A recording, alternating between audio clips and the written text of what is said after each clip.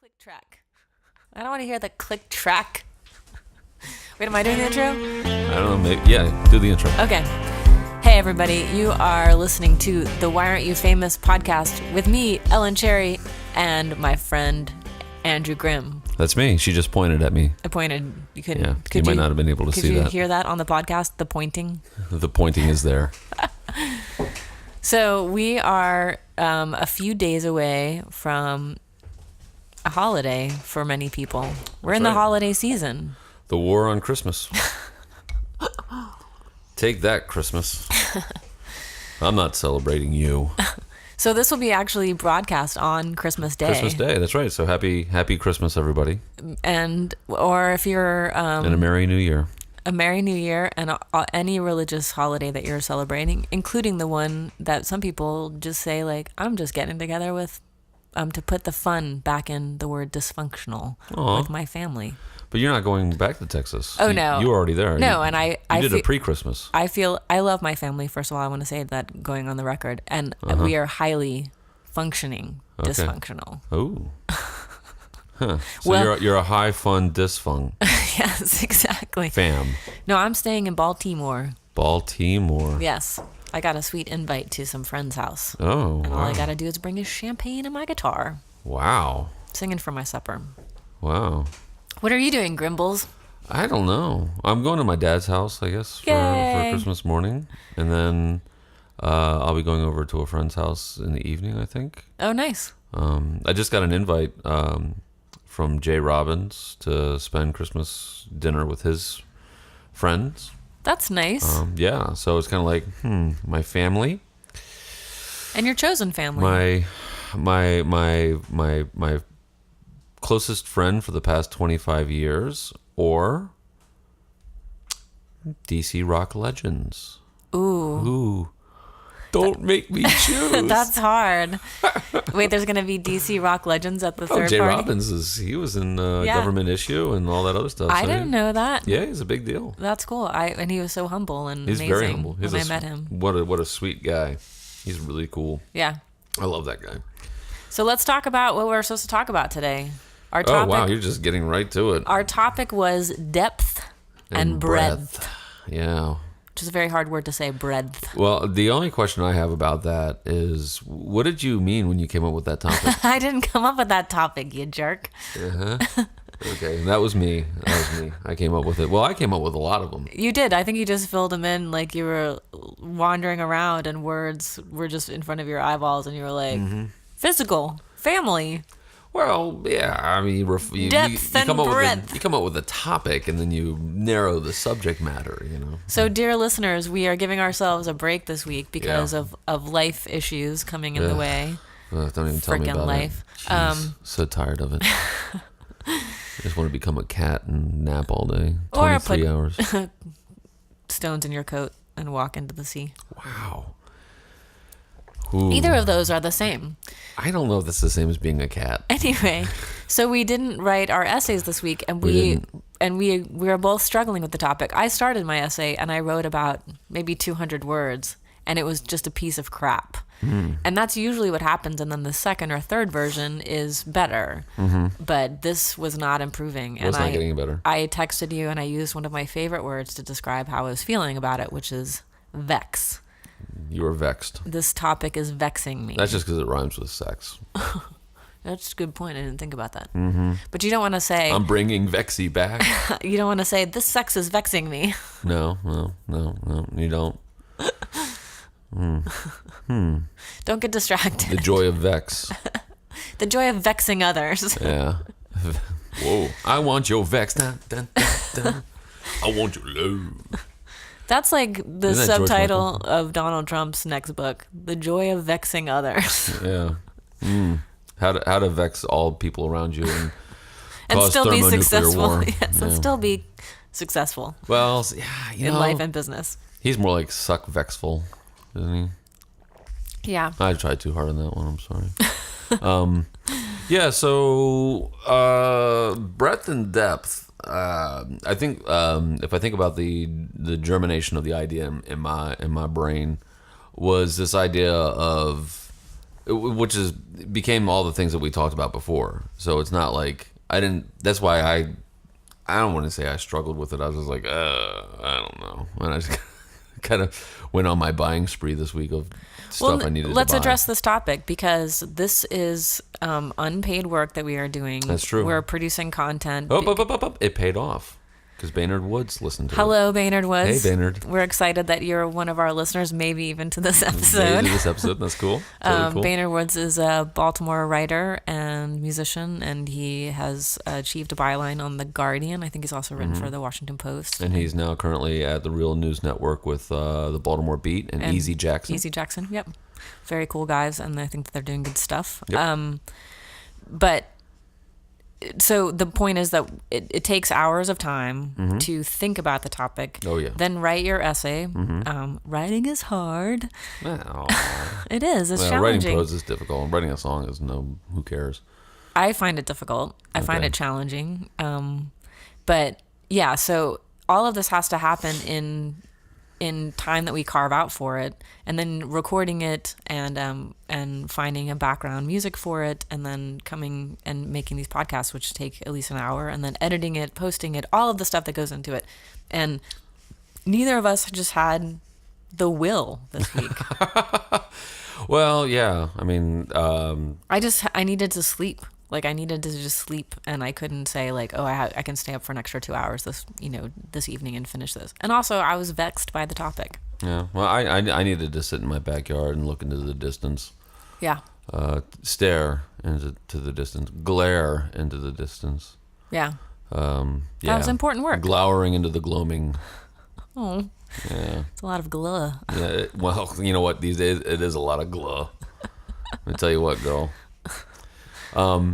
Yeah, so all right, so if we talk about breadth and depth, I think the idea was like if you think about depth, it's how deep is your love. Yes, I thought about that. I thought about opening with that on my essay. I was like, well, I guess I could talk about the Bee Gees. But maybe the Bee Gees is a really great example of how this works.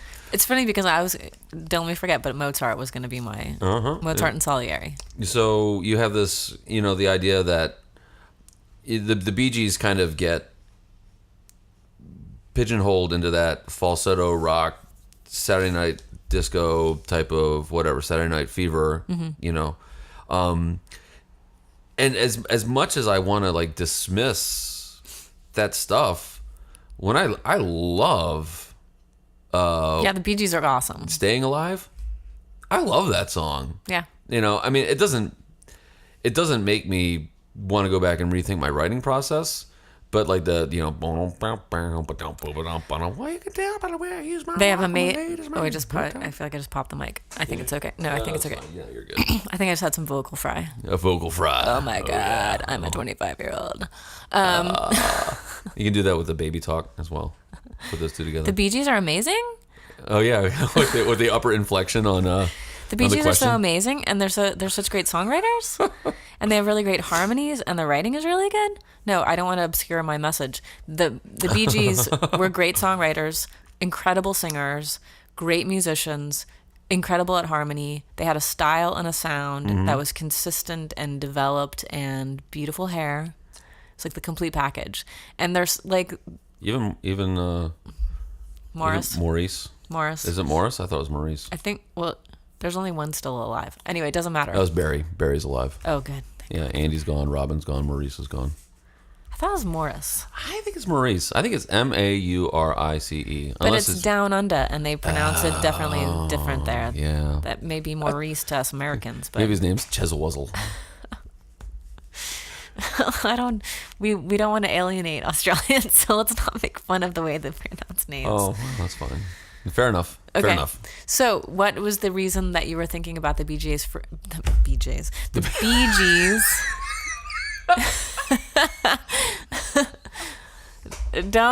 Don't even go there. It was totally an accident that I said that. Okay. Get your mind back on the Bee Gees. I'm not the first person to accidentally say that. Okay. Sure. It's nice to hear your laughter. Okay, anyway. Bee Gees. Yes, the Bee Gees. Bee Gees. Well, While Grimm is recovering himself. Just go on without me. So we're talking about depth and breadth. So when I started my essay, I started thinking about what happens when people become so deeply invested, like PhD level, in their topic of expertise, and how that's very specificity is really encouraged. I don't know if that's necessarily depth, but like being very specific with your career. I don't think you could have depth without specificity. No, of course. But the problem is that if we encourage everybody to get that deeply into a topic, which the internet does really well. Look at Reddit. Like people go drill down so far, and there's a lot of it's very intense sometimes the way people are, drilling down into a topic, whereas it's not necessarily the best way to solve actual problems. I think that breadth, a wide base of knowledge of the way things work, because I'm a historian. That's what I studied. I love history. I think it's fascinating. But it is not a series of dates where things happened. No. It's this huge web of everything happening all at the same time. Climate change. You can't see me, listeners, but I'm using my arms and gesticulating a lot, like I'm doing touchdowns. But climate change, political movements, ideas, scientific advancement, all of these things are happening simultaneously, as well as plagues and arts and culture being created and commerce, all of it affecting each other. And this isn't anything that's like going to blow anyone's mind. But real change, I think, systemic change only happens from people who are able to think in a breadth type of thinking rather than in a depth type of thinking. Depth type of thinking is very singular and too focused. Okay. How it relates to fame, that's where I was getting vexed, because I was just like, I don't really know how to relate this to, like, why are we not famous? Well, because how many famous people have a wide breadth in their work? Like, who's your genre hopper? Yeah, who are the polymaths, right? Who can go from, who? Artistic polymaths. Like, who could you think of who does it all and does it all well, and not even just like within the same medium, but like, we just had a cat jump onto the computer, and then he unmuted the click track. So the only person that I could think of that would be like that would be David Hasselhoff, and that's a joke. Who was the actress who... Hedy Lamarr. Mm-hmm. Who was... it's Hedley. No, there's no L in there. It's a Blazing Saddles joke. Oh, okay. That was Harvey Korman's character. Hedy Lamarr. It's Hedley. Froggy Love Daddy? Ribbit. The stuff that you can quote is always pretty amazing to me. So she was not only a talented actress and model, she... was an inventor, and those are two things. I mean, I don't know if she also wrote poetry and was a great master gardener, but other things that you would think would give you breadth. Right. It's difficult to have breadth. I don't know. I can't think of a famous person who I feel like is just one of those people that just can like. There's people who can sing and dance and do amazing things, but that's all specifically related to entertainment or performance, that kind of stuff, So, man, he really wants to be on that computer. He just wants my attention. Is what he wants. Oh. Now, oh my God, he's got my cable. Buddy, go lie down somewhere. It's like, no, this podcast is boring me. I know. Meg the cat is bored with. We need to put pictures of them on the website so that people know what they look like. I'll do that today. No, buddy, stop that. Okay. He's like, hold me. Yep. There we go. Okay.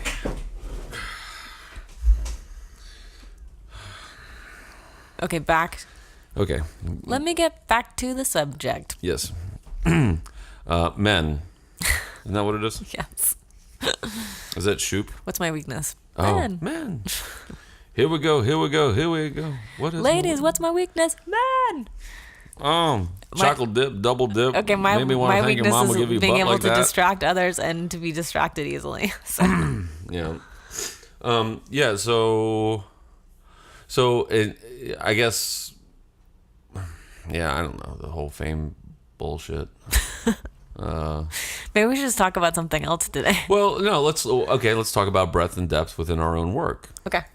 You know, I mean, what has evolved over the years and on my records and my recording process and my writing process is not even just like technically stuff, but like thinking about aesthetics or thinking about genre hopping type of stuff. But I don't do much of that. I mean, I started off very alt country, very Americana, and then over the years it's kind of turned into this more a little bit of the country's there, a little bit of the twang is there, but it's a lot of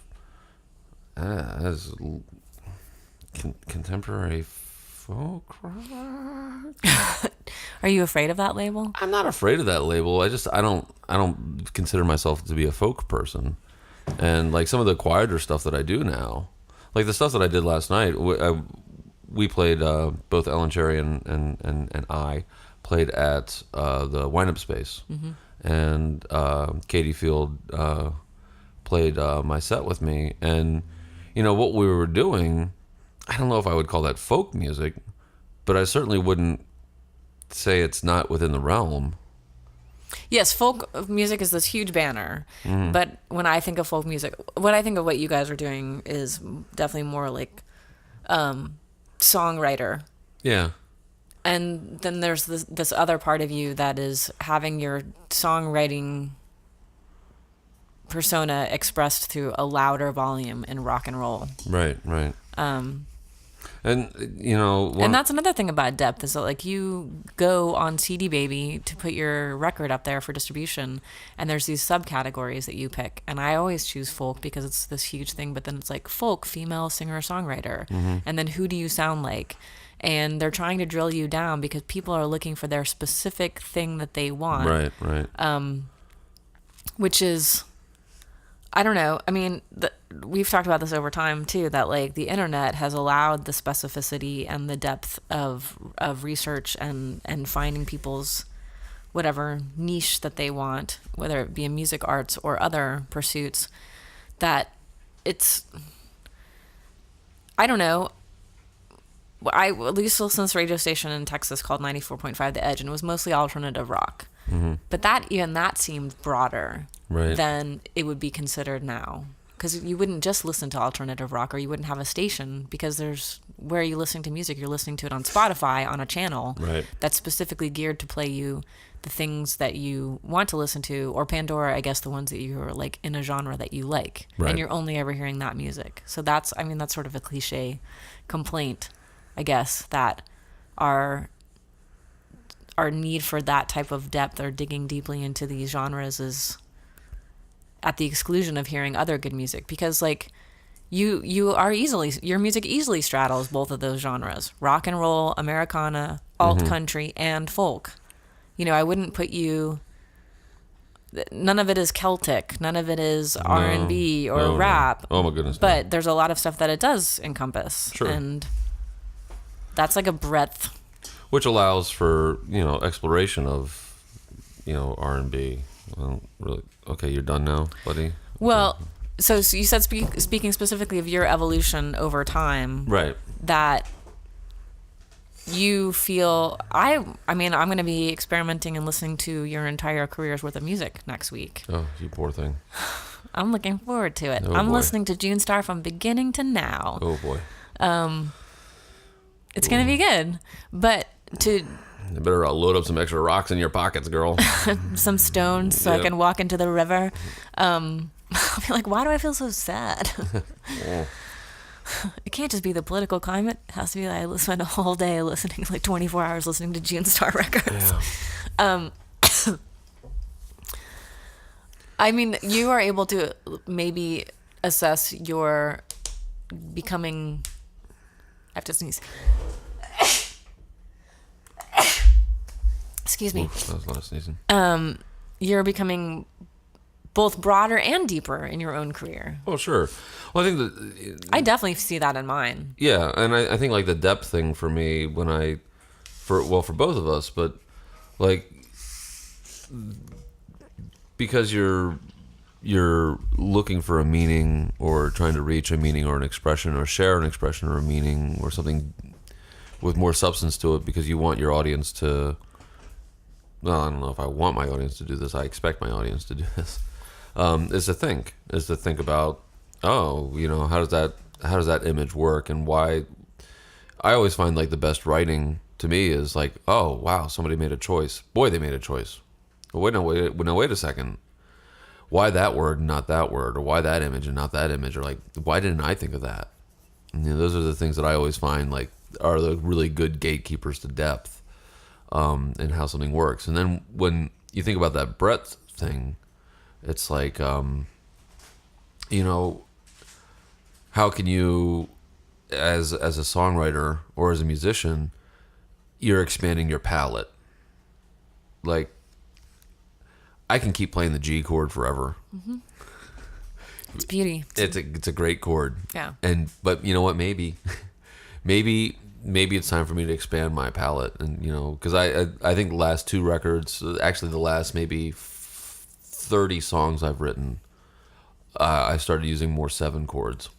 Yeah, 7 chords are so pretty. I mean, it's like, well, that's different for me. I don't normally do that.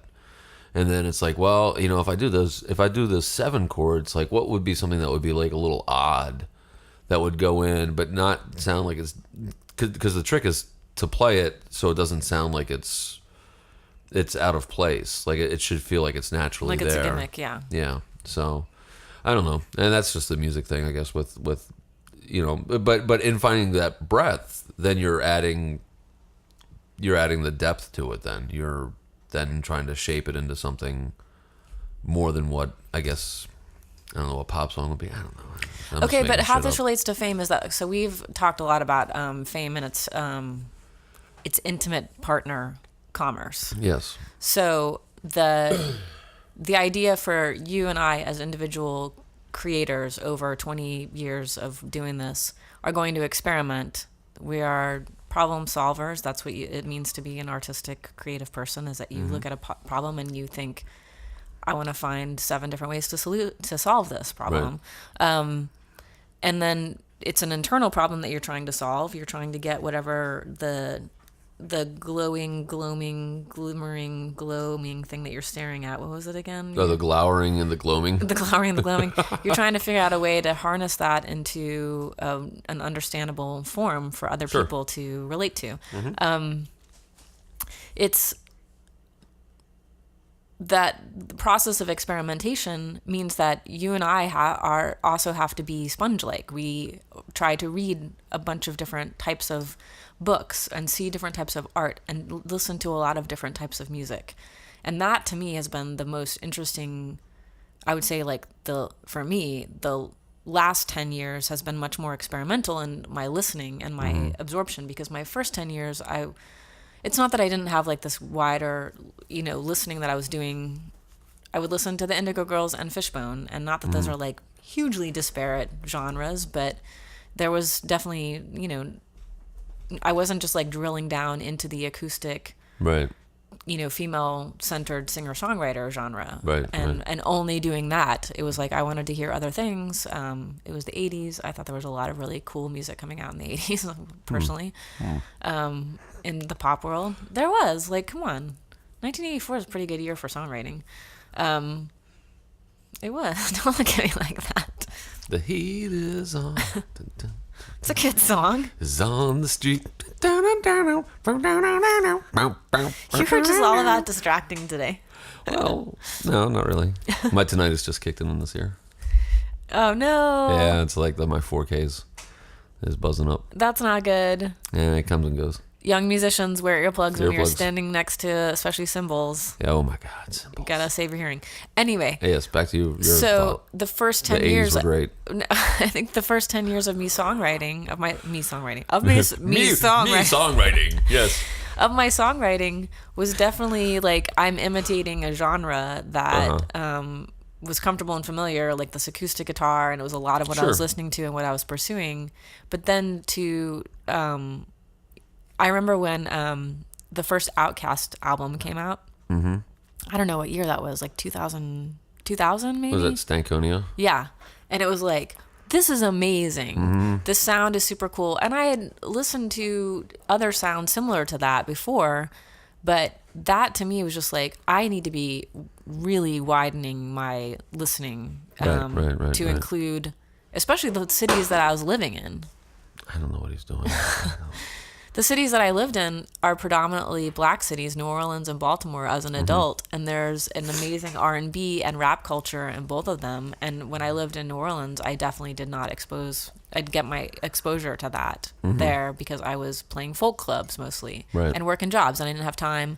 And I also don't think that I was emotionally ready to be open to that. And now it's just like that's one of the things I love about Baltimore, is that there's all these opportunities to go see different types of music that are in the city, that have been here historically, developing their sounds. These cats today. Oh, not mouse. Seriously, Meg, what is your problem? What? You are so needy. So needy today. Come here. Don't jump on the computer.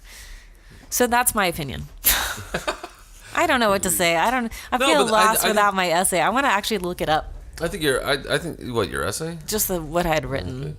Okay. No, I think buddy, what's going on, bud? Oh, jeez.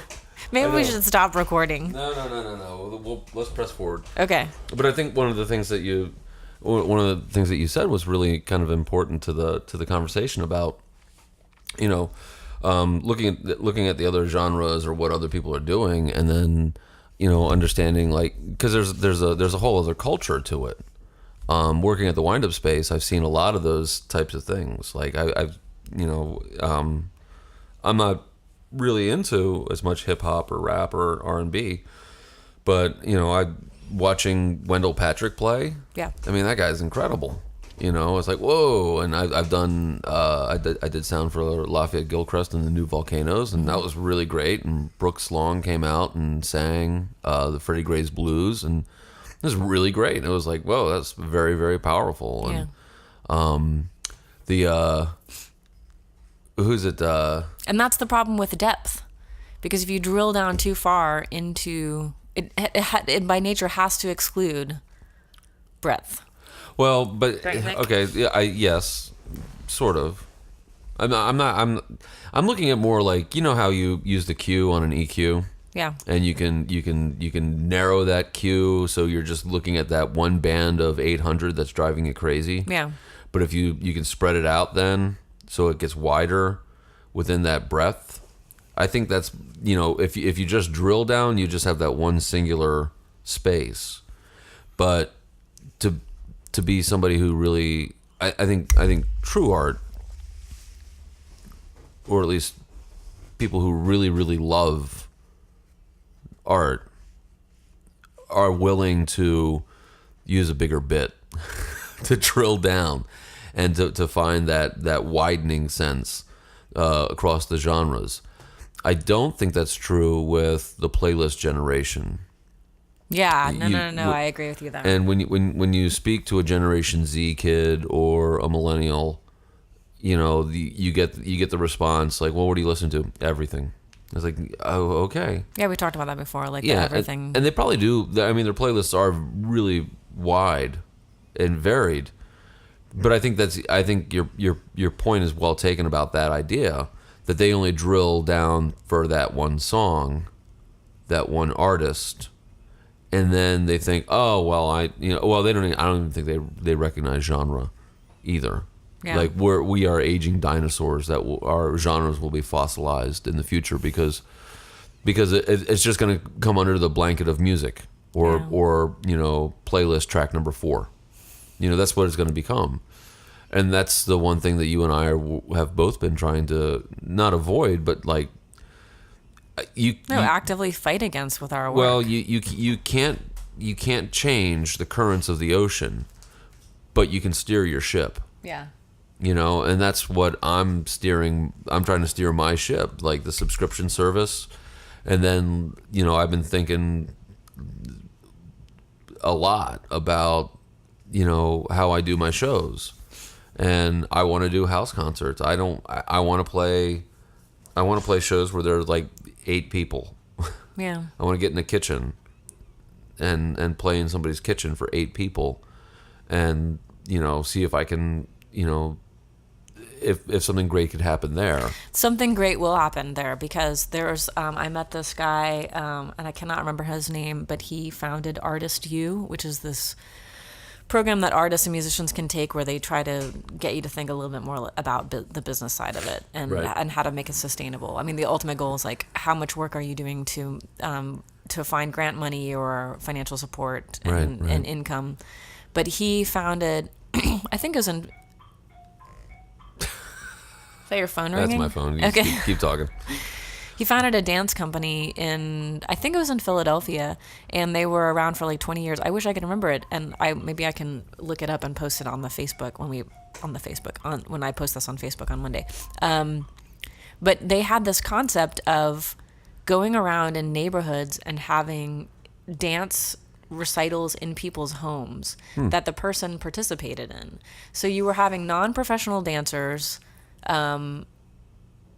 in people who wanted to participate, and then I'm hoping I'm getting the concept correctly, but they would go into a neighborhood and have like 4 participating households, and then a small audience would go from house to house and experience these different dances that the person had created in their living room. Oh, wow. And so it was very much like community oriented, bringing people into movement that would normally feel excluded from it because they may not have the correct athletic body type for that, or Right. or thought that they didn't, and wanted to participate. I mean, I definitely feel that way. I tried taking some ballet lessons and it did not go well, but I still want to dance, so I'm going to find other types Right. of dance to do. But I think that concept for you is about breadth. Like that to me is a very breadthy way to approach it. Sure. Like it's intimate and it's inclusive. I think that's why I like breadth better than depth in a way, because I think it's more inclusive. Mm-hmm. I don't know. Okay. I want to read what I actually started with this essay, maybe. Okay. Fair enough.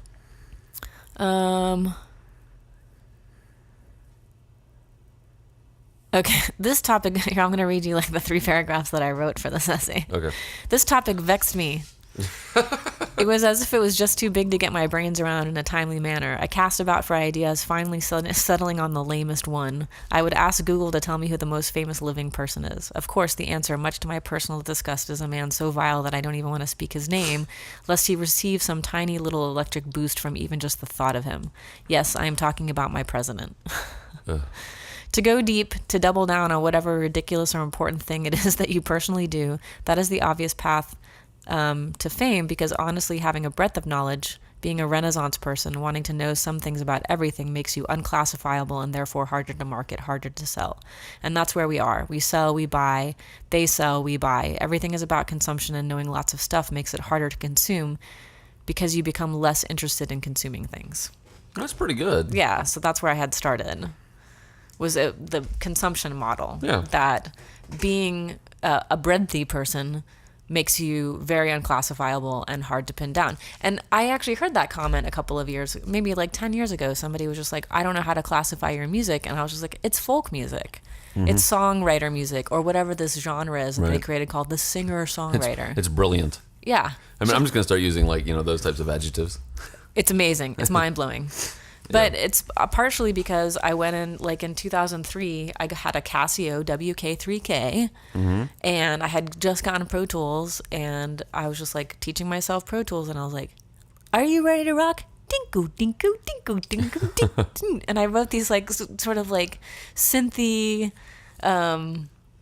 spacey songs based around playing on that keyboard and experimenting with Pro Tools, but it was definitely a different direction. Writing style, singing style, production style, and instruments than what I had done before, which had been mostly guitar and piano based, or mostly guitar based. And I'm even thinking like, I don't know. That to me is the more interest. I mean, you've been experimenting with your music too. I've listened to you experimenting it with, especially the last 3 albums, and I'll know more after next week. Oh yeah. Like, Well, and those were, those records were, by calling in Andy Bopp to have him do the production on it is, and Jay Robbins was a deliberate attempt to, I don't want to say make my music more marketable, but take it in a direction beyond what I've been doing, because I've always felt like the previous records have always been this kind of like sort of like a bedroom record, although done in a studio, but it was like me doing everything. yeah. And the songwriting never suffered, but I think the quality of the recording suffered. I think there's always something like a little wonky about it, because I didn't have the knowledge or the capability or the skill to figure out how to make it unwonky or unweird, and my voice settling into where my voice is now, and in my live shows and my recording effort is much better. I mean, you'll definitely notice that when you. Well, I noticed it definitely with the first Andy Bopp record that you actually started singing. Yeah. In a wider range of notes. Like, Right. he was pushing you, because I was in your band for a year, and I found it, and this is not like, I'm not trying to criticize you, but it was, your singing style was so unique that I had trouble. It's on me. I had trouble following you. And I noticed when I listened to you and Katie sing together that not only is her plaintive and pure tone a really good match for the timbre of your voice, but you also sing differently than you have in years past. And I think that started with which was the first Andy Bopp record? Pull Awake. Yeah, Pull Awake. Like, to me, listening to that album, there was a definite step away from what you had done in the past that was really positive and powerful, because he made you sing more notes. Right. I think he brought a vocal style out, and I think Jay recorded your voice. And that's something that I want to talk about, because how long did it take you to feel comfortable with the way your voice sounds?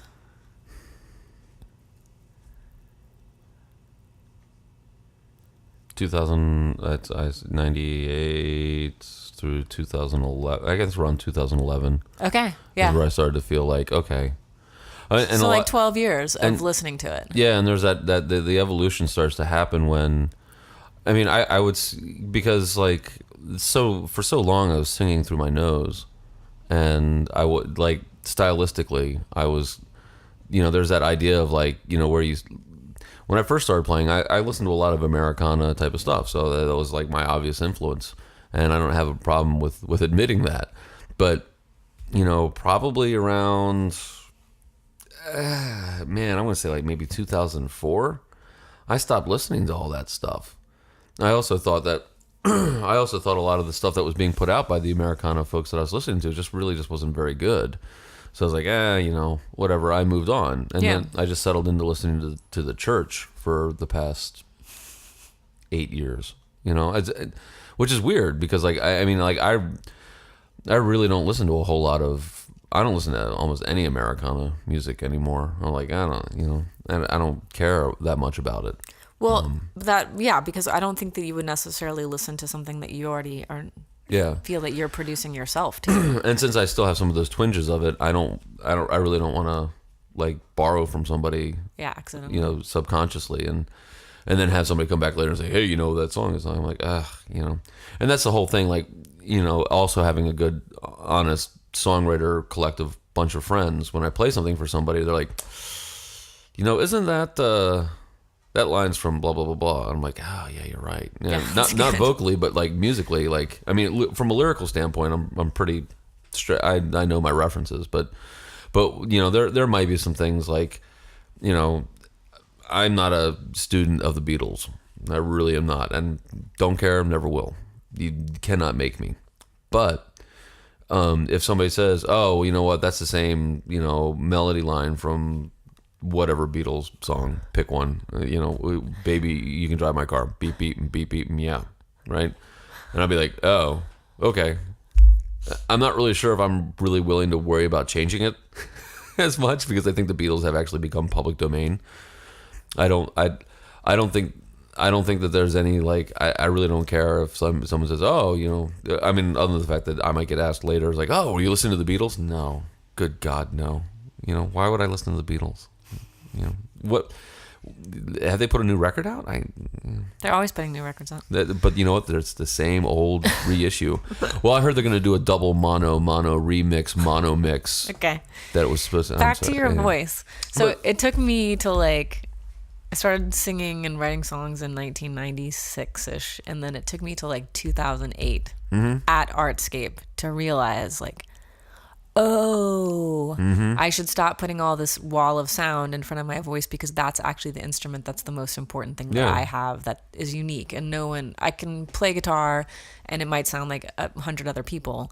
No, it sounds like you. Yeah, but it might be lumped in with 1,000 other people, but it's. But this voice, like my voice, is it. Like that's unique to me. And you should have seen that she was like, this voice. This voice belongs to me. She's pointing at her throat. But it took me a long time to accept the sound of it because even before, when I would listen to recordings from 1996 to up until 2008, I can sense that there was a denial of the way my voice sounded, like a wanting to make it sound like something else. And now I'm so happy to have this voice and really am interested in what it can do, Right. So I don't know what that has to do with depth or breadth, but it has everything to do with depth and breadth because then it's like once you understand how those tools work, and once you understand how your instrument, how to play the instruments, then the depth is always there, but then that adds to your ability to expand and use the breadth. Like, I mean, if I wanted to sit back and say, okay, well, you know what I'm going to do? I'm going to do a Motown record. That's what I want to do. Well, I really am going to have to be able to study it and control my voice in ways that I don't do right now. And with your voice and your guitar playing, like there's definitely that line of demarcation for you where. It's like, when I first saw you play in 2004, 2003 probably, but I think it's 2004. No, it had to be 2000. It had to be 2004. No, it wasn't. It was 2003. It was 2003. Was it the fall of 2003? Yes. Yes, it was. You're absolutely right. No.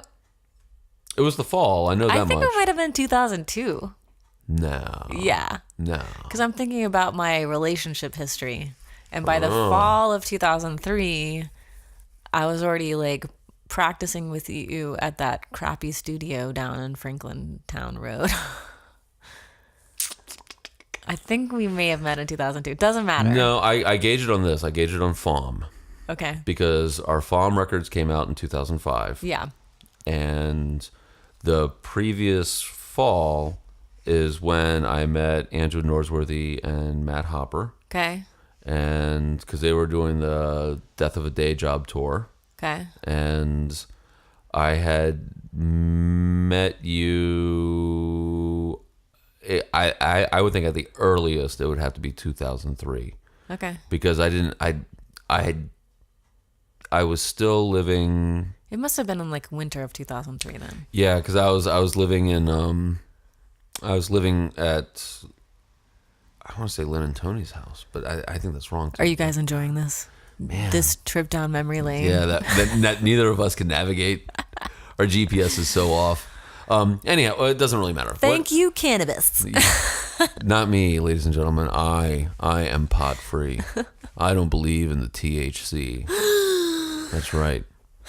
That's right. I'm straight as an arrow, ladies and gentlemen. Yeah, right. My goodness. I am. All I do is drink coffee right now. So... How are we going to get famous? Why is this why we're not famous? Well, I think we've already come to the conclusion that we don't want to be famous. Neither of us wants to be famous. I actually think that when we were talking to Boehner last night, I was just like, the first reason is because fame is gross. Yeah. Fame is gross. It's stupid. It is gross, but I can't figure out why. Maybe we should have that be a subject of our next essay. Is like, why is fame gross to Ellen Cherry? Yeah, okay. It just looks so like... I mean, maybe it's because I don't have it that I think it's gross, and maybe it's just sort of like... Yeah, I don't know. I think your reality gets skewed. because now you have all this money, or now you have all this power, or now you have all this access. And to me, like if we go back to that essay when we talked about the the green room at Fletcher's, there's the one thing that it's suddenly you have access to things that you didn't have access before, and it's not like the drugs and the sex and the whatever, but it's like you are part of a club. Entered the halls of privilege. Yeah. Yeah. And I could be wrong because I'm not famous, and that's fine. But it seems to me that that's like the one thing, like I like being there for sound check. I do. I love, I love hearing what it's going to sound like on the stage and kind of doing that technical stuff. But it's also one of those things where it's like, yeah, there's going to be an event, and I get to be there early, and nobody else is allowed to be there. Yeah, there's a secret pleasure to that too. It is. To feeling the emptiness of a room and then feeling the fullness of it, and also. Well, I don't know about the fullness because I never. At our shows, there's only like 3 people. But or like band. Working with crew members too, like sound people and lighting people, and having that the feeling of. I remember somebody very important to me saying this to me when I was doing this shoot for a video for a Fox for this jingle that I wrote, that I was nervous about how much makeup that the makeup artist was putting on me, because it was they were using high definition video taping, and she was like, "You trust me, you do want this much makeup on, because it is really like they are going to get into your pores basically in this video." And I remember telling this person, and he was just like, every single person that is there wants you to look and sound amazing. Like, there's not a single person who's like trying to sabotage you or whatever. Right. And not that I was thinking that, but he's just like, just think about how that crew, the whole goal of it is to make you look shiny and pretty, and like just relax into it and enjoy it. And I totally enjoyed it because of that, because it was just like, oh yeah, this is amazing. That I'm always amazed at the behind the scenes people, sound people, lighting crew, stage managers who are in it for different reasons than I am in it, because I want to be on the stage. I am not shy about that. Like when I go to shows, I'm just like, man, I really wish I was, even shows of musicians that I love and adore and I'm so excited to see, I'm still like, man, I really wish I could be on that stage right now too. That would be so cool. But I've never once thought, man, I wish I could be like stage managing the show, or wish I could be lighting it, or this. And I don't know. What does that have to do with what we were talking about? Well, I don't know anymore. It doesn't matter. We're just rambling today. We are rambling a little bit, but it's fine. It's I'm sure it's interesting to somebody. But I want to get back to where we started this whole wild tangent, was that your guitar playing and your singing. There was a clear time where I think you and I hadn't really. Oh, that's right. Talked for a while. We hadn't seen each other. Whatever. I was getting married and off in that wild ride that was so successful. Whee! Yay! It was Mr. Toad's Wild Ride all over again. Anyhow, I love. Yeah. But the thing was, I remember. I want to say it was like, it could have been Creative Alliance. It was some show that I went, and the first time I heard you play, because I hadn't heard any of your stuff. This is before you could actually get like streaming stuff on the internet. So I was like, I looked at your website and I was like, it looks like she knows what she's doing. Yeah. And I read the bios and stuff, and I was like, let's see if she wants to play. And this is a more unlightened caveman time of me, so I'm just gonna be honest about those things. It's kind of like, I don't know, girls playing guitars. I'm like, I don't know if it's gonna, we'll see how it goes, And I don't know if they can play guitars with those pesky vaginas. It wasn't about that as much. It's just, I don't know. There's a certain tentativeness that I see in a lot of guitar players who happen to be female. Yeah. And I'm like, girl, get in there. Don't, you don't have to second guess yourself. I like confidence in a guitar player. Yeah. And you were very confident in your playing. I was like, oh well, she's playing that guitar. Yeah. Huh. Okay, very cool. And it, it has a very percussive rhythmic thing that you were doing in a lot of the stuff, and I was like, okay, cool. Well, she practices. Girl can strum. All right, But then, like, a few years later, it was, there was an intricacy that was happening that wasn't there before. There was some thoughtfulness about what was happening with, dynamics that wasn't there before, which is like exactly what I think in the evolution of any good musician, you use that less is more, mantra. And like I'm playing less and less and less and less. And one of the reasons I record a lot of my shows is because I'm listening to my guitar playing and trying to figure out. I was like, God, can I stop doing that? Why am I doing that? That's just it's mucking it up. You got to pull it back. That is a lesson that every master musician has probably written about in their diary or in their memoirs, and they have said that the rest and the silence are the most important parts of any music. Yeah. And you hear that and you're like, yeah. But then when you start to like actually do it, right. And then you realize how powerful it can be to allow the voice or right. the word or the musical phrase that you're saying with the instrument to be the focus, even if it's over a beautiful bed of musical lettuce, iceberg, watercress, right, arugula. Oh. Not iceberg. Iceberg blows. I know. I hear I was you. like eating paper, gross, slimy, cold paper. So like that idea of silence and being able to analyze yourself and be silent and allow space for the note to come forward is a sign of musical maturity for sure. Right. But it only comes from drilling deeply down into your own work too. Your own work and your own skills, your own skill set. So I guess the summation is that we have to have depth in our self-critique, and we have to have a breadthy way of approaching all other genres. And a true breadthy, not an I listen to everything, but actually saying like, right. I do listen to deep to listening. lots of things, yeah. And there's also that healthy, very healthy, restraint. Is the art of restraint, or at least the tool of restraint, should be employed on everything that you do in terms of expression, because when you overplay, it's a check me out. Yeah. Like the It's leads. boastful, yeah. The leads I took last night were borderline stupid leads. I don't think they were very good, and I don't think they were very well thought out. And then it becomes a reliance on some sort of stupid like hammer on whatever thing. Like I want my notes to actually mean something. Yeah. And I think that's even, with voice and lyrics, that's one thing, but like, man, to take a piece of wood and steel and hit it in a particular way and then create emotion from that note. That's kind of magical. That's the money there. That's where I guess we should live, and we should all shun fame. Let's listen to what we think should be famous. Yes. So today we're going to listen to a song by my friend Wilson Marks, who lives in Austin, Texas, and I met him he came to my gig at the Listening Room, which is in Ganado, Texas. And I had this Ganado, or maybe Ganado, I don't know. Ganado.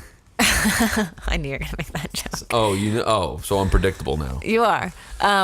No. That's fine. It was a great joke. It was hilarious. What? Why would you throw that in there? Well, I know you weren't thinking that was going to be said, did you? Huh? It was unexpected. That's right. So, I think Wilson had a night off, and somebody brought him to this gig that I had, and we hung out that night, and there was this guy named Jack Motley, who writes these really great, funny songs and lives around Ganado, Texas. And Jack said, I brought Wilson to the show because I think the two of you should meet. And we ended up like going back to Jack's house, and I am not a jam late at night kind of person.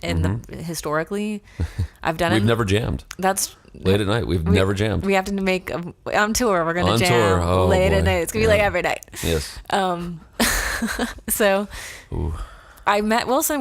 We traded songs, and it was one of those it was very much a musical attraction in that evening. It was so wonderful. It was just like, oh, this is so cool. Jack was right, like to meet each other. And so I've kept in touch with him a little bit over the years, and he gave me this CD that I listened to.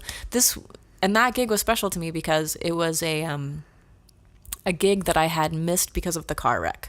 Like the week after my car wreck in 2013, I had to cancel like 7 dates, and that was one of the ones. And so this was a return after, I think it took me like 2.5 years to get back there when I met Wilson and play that gig. And it just resulted in this beautiful discovery of this guy. So I like the songwriting. The song we're going to listen to is called Waltz Until We Break the Seams, and it's from his album, What Was Made for Weathering. Okay. Enjoy. All right.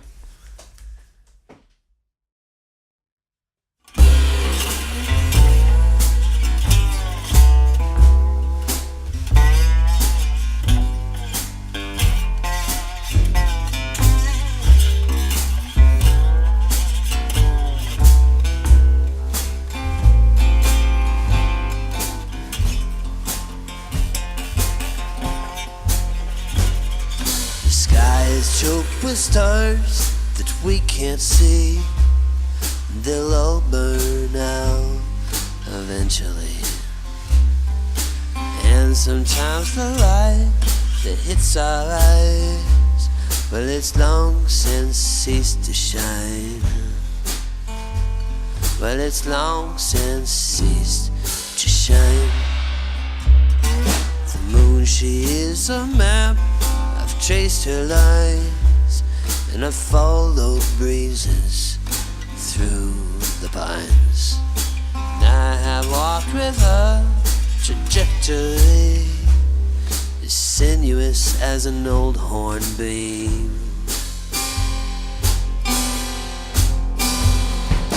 Hopped up on a train to Colorado, the folly of a boy, it seems, is just a dream.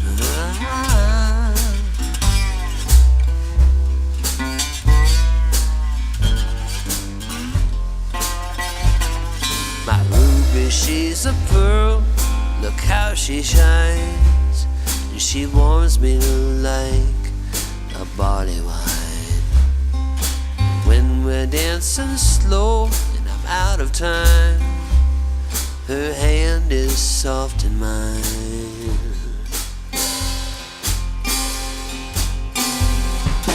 I don't wanna hear no chantella.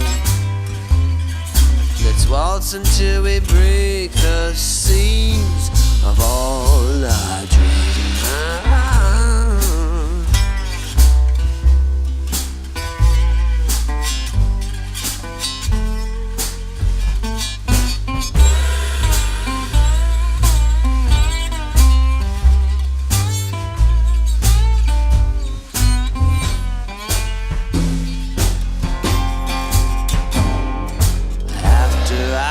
Gone, will those stars still shine once this mortal fabric has untwined? Just know sometimes the light that hits our eyes, well, it's long since ceased to shine.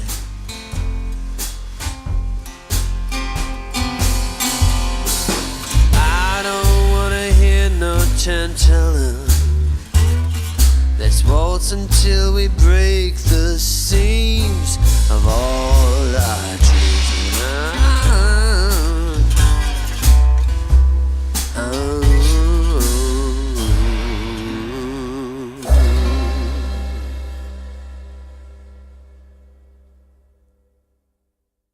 Are we on? Yes, we're on. What are you doing? I have to take a picture of this. Oh, because he's. Oh, yeah. It's super cute. That's how he does. So that was really good. Yes. Yeah, that was a really good song. The whole album is great. But see, this is the whole reason I don't want to really listen to the record. Okay. Well, because like there was not one misplaced line in any of that songwriting is like, you know, the mortal fabric. You know, I mean, like the wordplay and all that other stuff, and The fact that he mentions the dance style of Tarantella and then they actually like put it into the time signature of a Tarantella. Yeah, it's brilliant. It's a really, really great song. So it's like one of those things where it's like, man, I don't want to. I'd rather see him live and be like, oh, damn, you know. I know. But so I mean, but it's really great. It's not by no doubt the guy's not a slouch. You know? No, he's really, really good. He's a multi-instrumentalist, and he recorded this live. The bass player is Janie Cohen. Drums was done by Aaron Parks. And when I met Wilson, I'm fairly certain, and I feel like you can hear it in that they rehearsed and then recorded it all live. Yeah. Oh, yeah, no, that's definitely all live. Yeah. So. It's a very intimate, beautiful album. Yeah, very cool. I think you would like it. Yeah. I was having trouble choosing, actually, and if you get this album, which you can get it on his Bandcamp page, I would also suggest you... What's his Bandcamp page? I don't know what his Bandcamp page is. Is it Wilson Marks? It's probably Wilson Marks, yeah. I'm gonna look Just look up for Wilson Marks on Bandcamp. The other songs that I deeply enjoyed on this album are Motherboard, Be Awake Within Your Dreaming, Tiptoes and Tenderhooks, and I Hope the Healing Has Begun, which is a beautiful song. But I really like, when I first heard him play live Waltz Until We Break the Seams, just on acoustic guitar, it was really beautiful. So, and I think, unfortunately, we're probably going to be skipping Austin on our tour. Yeah. Because we couldn't get a gig anywhere. We tried like 3 or 4 places. It's during South by Southwest. So guess what? Guess who's not going to South by Southwest again? Again. Oh, well, I don't care. Yeah, whatever. They can bite me. We do have confirmed. Yes, Wednesday, March 14th in Little Rock, Arkansas. My classmate from Hendrix College, Kent Walker, is going to host a house concert either at a home or at his law firm. He apparently has a law firm in a beautiful historic home in Little Rock. Sweet. So there'll be space for about 30 people. We're working on details for that. I'll post soon. And then the next night we'll be driving to Birmingham, Alabama, where we will play at one of our favorite venues there, the Moonlight on the Mountain. Yeah. And then we're still looking for a place in Nashville. March 16th now. Yeah. We're going to take St. Patrick's Day off. We are not playing on St. Patrick's Day. I don't care. You can play. I'll drop you off and I'll pick you up later. Okay. But I am not playing anywhere on St. Patrick's Day. You don't want to play some reels? No, I don't want to. You know, I don't want some dipshit guy coming up like, dude, Danny boy, what the whiskey in the jar?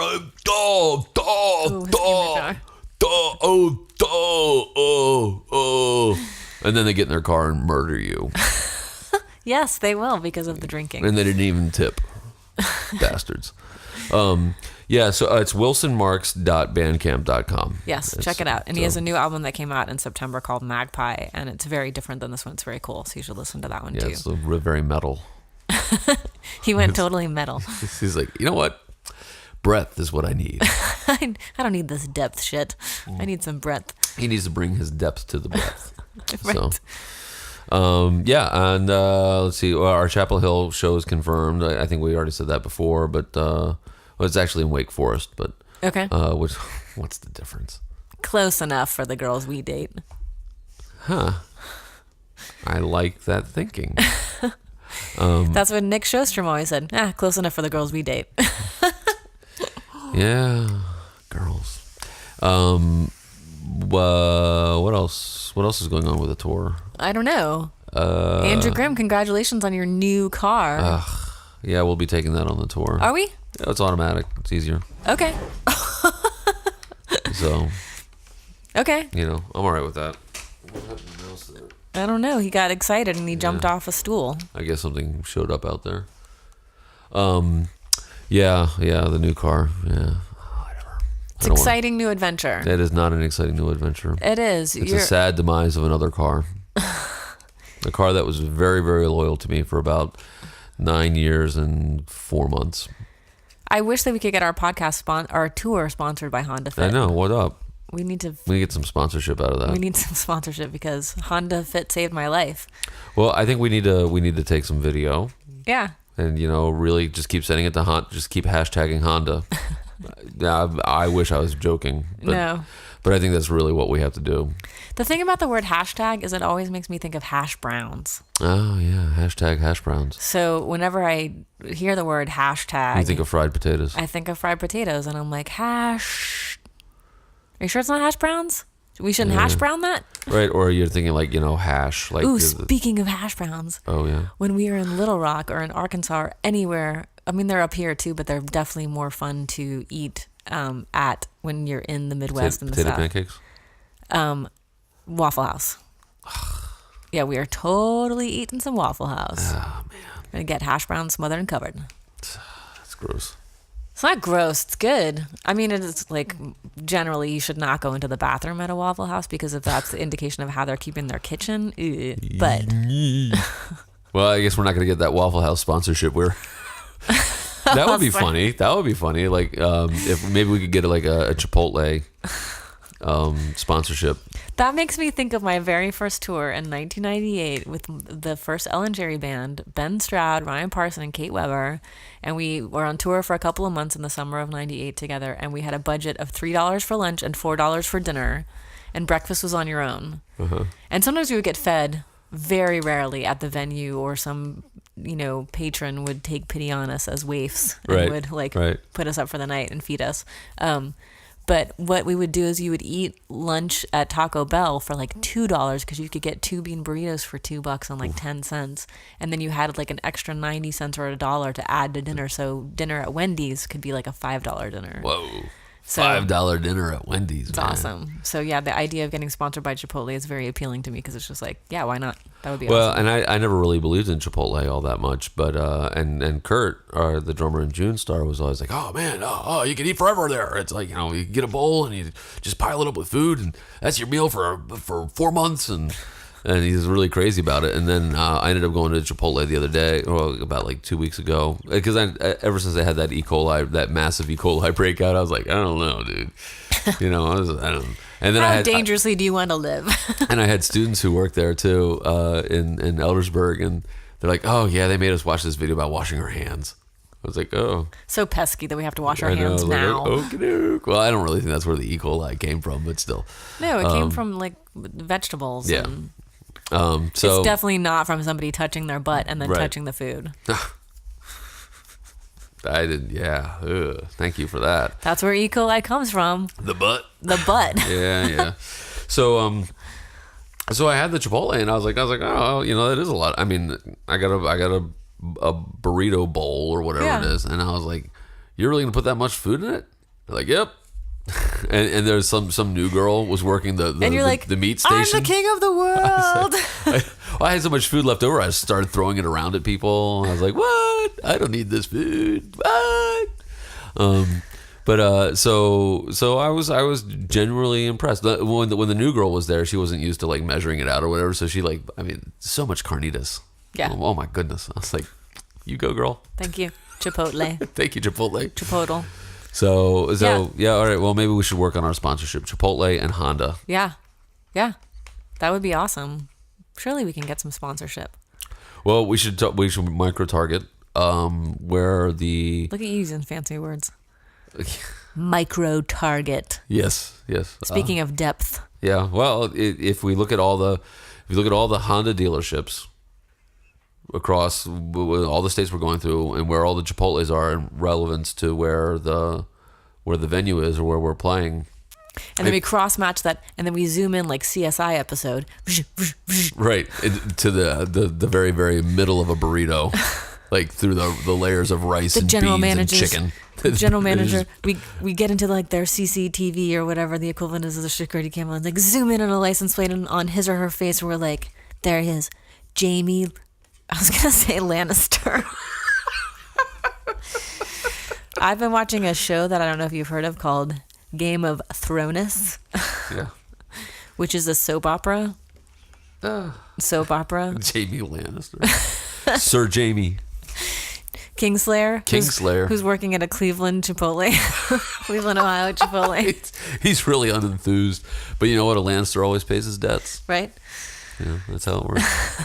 How that works. Dear listeners, thank you for enduring this podcast. We're wrapping it up now. We're wrapping it up now. We're over an hour, I think. Yeah, totally. Oh, yeah. Oh my goodness. We're probably like an hour 20. Yeah, no, we're an hour and 9 minutes. So just like the click and clack, the Tappet brothers used to say, Don't drive like my brother. don't drive like my brother. They would say, well, you've done it. You wasted another perfectly good hour of time of your life with us. Yep. Although we don't get any of the sponsorship. Damn it. Public radio. Public radio. We don't get National Public Radio money. Yeah. Jeez. So Ellen Cherry, where can people find you on the internets? ellencherry.com. That's ELLENCHERRY.com. And you can purchase music if you still are into that Oh yeah. little fetish that some people are of purchasing content. I say that's dripping with sarcasm. Is ellencherry.bandcamp.com. I have found a stasis. I'm at a stasis of 11 subscribers, but that could also be because I haven't posted my 2 songs this month yet. What? You haven't posted yet? No. Girl, you got to get on that. I know. I only have like a week left. You have 11 people who are paying. I know. So I Yeah, get in there. Get in there. You can find my stuff at junestar.com. JUNESTARD. June Starred. OTCOM.com. It's all spelled out. June Starred. Yeah. Well, you June Starred people, you guys are fucking cool. And then junestar.bandcamp.com, and you can subscribe at junestar.bandcamp.com/subscribe. And there you can get $5 a month. You can get everything that I've ever put out, except for one secret album that is so terrible. And next podcast, Ellen Cherry will be able to concur. She's like, yeah, that was a piece of crap. And I post a song a week. This year I'm doing 52 public domain songs, and last year I did 52 original songs, and so those are all up there. You get everything, and we're going to put a new record out April 27th called East on Green, and yeah, so whatever, subscribe. Dear God, dear listeners, please, I got car payments I have to make now. On your new used Honda Fit. Yep, 2015 Honda Fit. It's the EX package. It's got a sunroof and backup camera and side camera. You won't even have to do that terrible taxing thing of turning your neck. Yeah, I know. I mean, I don't even have a key anymore. I just have a fob. Stupid. Dumb. I hate it. Oh. Anyway, on that note, all right. Happy holidays to everybody. Yes. Have a wonderful week.